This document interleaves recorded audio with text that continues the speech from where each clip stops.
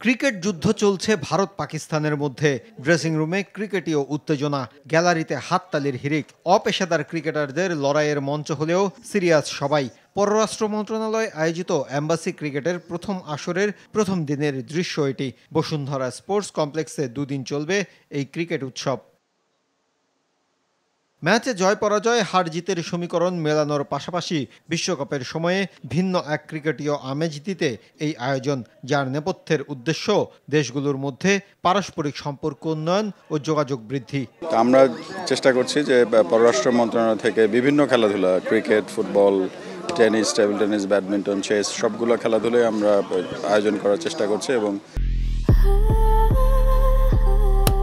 Walton switch, stylish and elegant. ঢাকাস্থ যে দূতাবাসগুলো আছে, জাতিসংঘের অফিস আছে, তাদের সবাইকে নিয়ে এবং এর মাধ্যমে সকলের সাথে ভালো সুসম্পর্ক তৈরি করা এবং আমাদের মন্ত্রণালয়ে যারা কর্মকর্তা আছেন তাদের সাথে বিদেশের ডিপ্লোম্যাটদের মাঝেও একটা পারস্পরিক যোগাযোগ।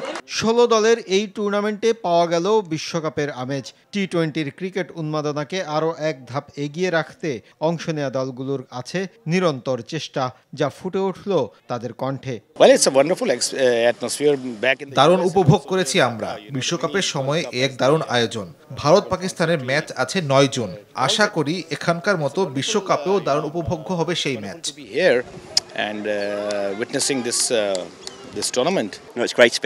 বিশ্বকাপের সময়ে ভালো আয়োজন। আমরা এবারের বিশ্বকাপে হট ফেভারিট। আশা করি আমাদের ক্রিকেট দল সাফল্য ধরে রাখতে পারবে।